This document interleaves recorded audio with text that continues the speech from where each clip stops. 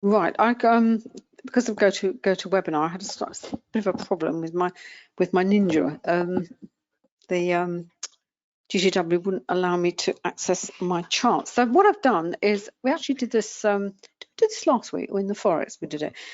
Basically, those of you who come along will know we've got the Ninja Trader platform up, and we'll have the trade station up in a reasonably short space of time, but you can actually trade these markets through a Forex broker on the MT4 and MT5 platform. They do offer a synthetic version, if you like, of the either the cash market and the futures market.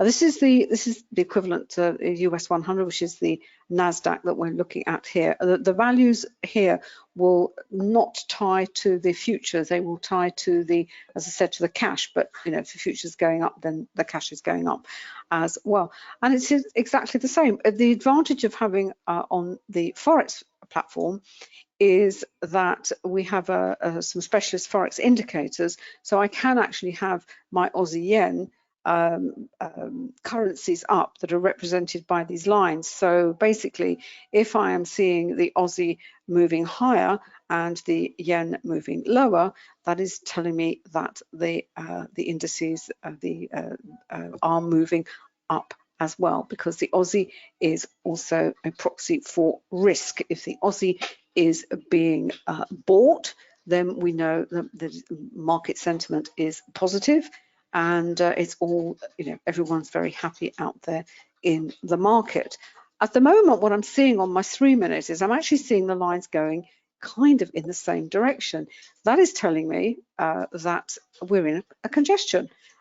Where we can see clearly here on the MT5 version of the Camarilla, we are between two significant levels, the S1 and the S2. So having had the move higher, we're now moving into another congestion phase while the market decides whether it is going to carry on higher, or possibly are we going to see a reversal to the downside. So that tells me, that gives me the picture, if you like, for what is happening on the charts, on the faster time frame charts. We can see this pullback, this move back into a congestion. As we can see here, it's gone actually, you've had this little down candle here. We also, with the trend monitor here, where you have this red, the red, and then you have the changing of the color, you can see it's not been a smooth ride, if you like, up and all down. There's been a lot of choppiness. Way around that is to use something like a Renko chart. I don't think you showed your Renko charts, did you, David?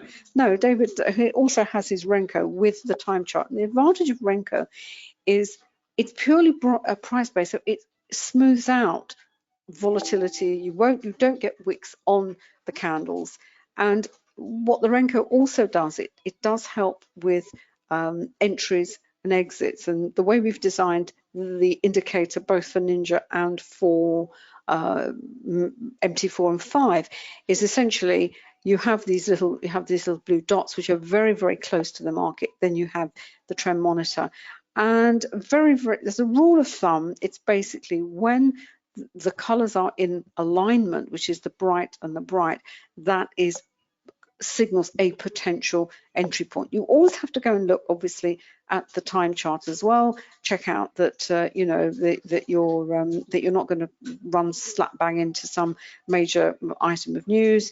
That look at the levels that are up on the time charts. We do have a support and resistance indicator on this platform. The thicker lines tend to be stronger than the hatch lines. Can't put Camarilla on here, but you can on the Ninja one. And we can see here, this, as you said, we've seen the price action on the NQ. We had the move lower, then the move higher. The kind of congestion phase, the choppiness that we see here. It didn't go into bright red, as David said. We didn't go into primary to primary to primary. Primary to primary is when you go bright red to bright blue and vice versa.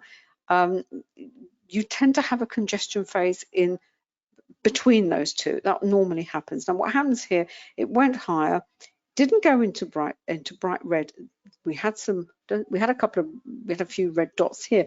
We had in this in-between color, then it kicked back into blue, then it went back into this into this dark red, and it looks like it still wants to move higher.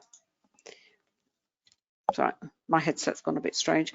And looking over at investing.com, I can see that the futures are up now. Well, they're not up, they're only down 25. The S&P's green, the Dow is positive. I haven't got a VIX, but for some reason the VIX on investing isn't, it's not kind of, it's not, well, mine hasn't moved at all. I don't know why, but it hasn't kicked in, but David's got it on his trading view.